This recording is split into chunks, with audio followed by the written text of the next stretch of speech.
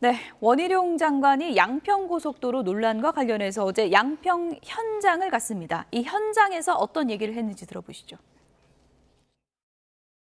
지금이라도 의혹 제기, 근거 있는 거에 대해서 우리가 답변을 할 테니까 이런 걸 계속 확산하려는 부분들에 대해서는 일단 접고 들어와라.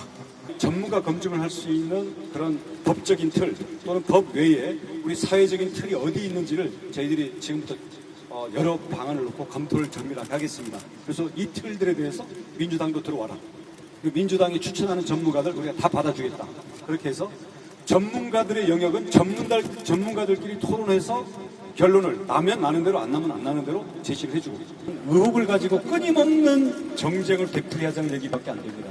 국정조사 안 해도요. 지금 상임위도 부르면 다 선서해서 나오겠다는 거예요. 네, 원희룡 장관, 오물부터 치워야 한다 이런 표현을 썼거든요. 어떤 게 해결돼야 한다는 얘기인가요? 결국 이 부분과 관련해서 시작점을 얘기하시는 것 같습니다. 이 부분의 논란의 시작점은 어떻게 보면 이해찬 전 민주당 대표가 이재명은 합니다라고 하는 유튜브에 나와가지고 이렇게 노선이 변경된 것과 관련해서 김건희 여사의 일가가 땅 투기를 양평에 했고 그것이 대통령 당선되니까 그 김건희 여사의 일가에 특혜를 주기 위해서 의도적으로 노선을 변경했다라는 취지로 얘기를 했으며 나아가 당원 교육하는 과정에서도 그 얘기를 했단 말이에요. 그렇게 하니까 이재명 대표가 그것을 받아가지고 지금 문제를 제기하는데 알고 봤더니만 김건희 여사의 선산이 있는 조상 대대로 있었던 땅이었던 것이죠. 그렇기 때문에 이것은 괴담인 것이고 그 내용 자체에 전제가 잘못됐다. 그래서 그 부분에 대한 민주당 측에 사과가 있다고 하면은 이 부분을 새로 제기하겠다는 그런 맥락인데 다만 그 표현이 오물이다. 이렇게 표현하는 것은 국민의 눈높이에 그리고 야당을 존중하는 태도인가에 대한 비판의 얘기가 있겠습니다만 괴담에 근거했기 때문에 그에 대한 어떤 명확한 책임을 밝힌 다음에 재추진하겠다라는 의지를 강하게 표현했다. 이렇게 해석할 수 있지 않을까 생각합니다. 평론가님, 어쨌든 양평 주민을 만났다는 건 본인이 백지화 카드 꺼내들긴 했지만 사업 재개에 방점을 찍는 거 아닌가요? 네, 사업 재개에 방점도 찍지만 이거를 정치화하겠다는 거죠. 예를 들어서 제가 이 방송에 나와서 여러 번 말씀을 드렸지만 이건 국책 사업입니다. 지역 주민들 의견만 가지고 만약에 사업하잖아요. 국책 사업 다 망가집니다. 제가 기획재정위를 진짜 굉장히 오랫동안 했잖아요. 20년 가까이 했는데 이런 예타 사업, 국책 사업 얼마나 많이 받겠습니까? 지역에서 다 원하죠. 근데 그 요구대로 하면은 국가 재정은 어떻게 되겠습니까? 파탄 나죠. 그러니까 이거는요. 고속도로입니다. 전체의 교통망을 보고 예타를 한 겁니다.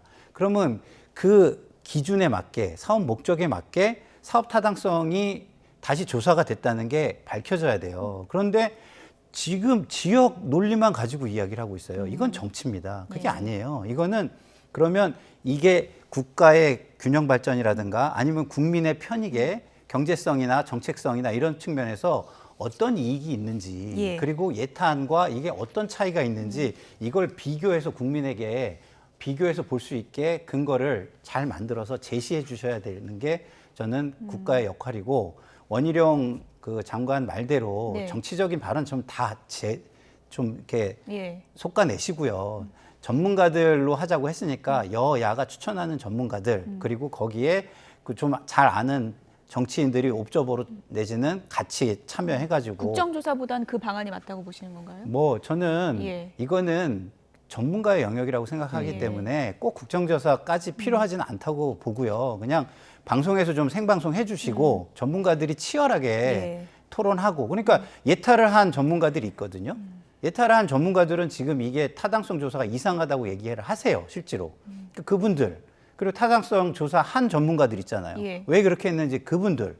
그리고 여기에 좀 약간 전문성이 그나마 조금 있는 정치인들 그런 사람들을 놓고 공개 토론 같은 거 해서 해결을 할 수도 있다고 봅니다. 그게 가장 현실적이고 진짜 주민들을 위한 방안이다. 이렇게 이제 얘기를 해주셨는데 지금 민주당에선 국정조사 카드를 계속 이제 고집하고 있는 그런 상황이기 때문에 정치적 해결안이 잘 안 보이는 상황이고요. 심상정 의원 같은 경우에는 전문가들 검증 필요하고 그렇게 되면 논란이 될 테니까 김건희 일가 땅을 좀 파는 게 어떠냐. 김건희 여사 일가에서 좀 땅을 파는 게 어떠냐. 이런 중재안을 내놨거든요. 어떻게 보십니까? 나름대로 그 합리적인 아니라 생각합니다. 마치 이제 어떤 그 국회의원들의 이익 충돌이 될 경우에 자기와 어떤 뭐 상위위원회 갈 때에 문제가 될 경우에 자기 재산, 특히 주식 같은 경우에는 백지 신탁하는 것이나 마찬가지인데요. 말은 백지 신탁이지만 사실상 처분하라는 것 아니겠습니까?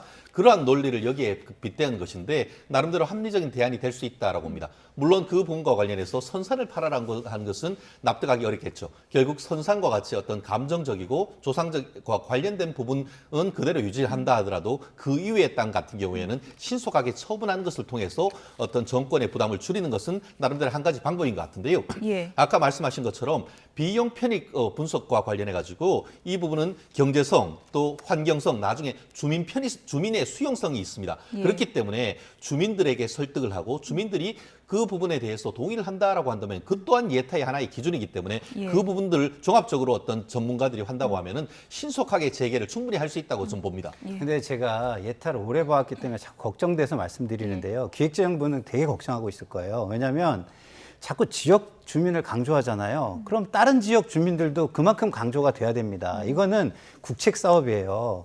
국가의 전반적인 편익을 감안해야 된다는 걸 다시 한번 강조드리고 싶습니다. 뭔가 솔로몬의 해법이 좀 나왔으면 좋겠다는 생각이 드네요.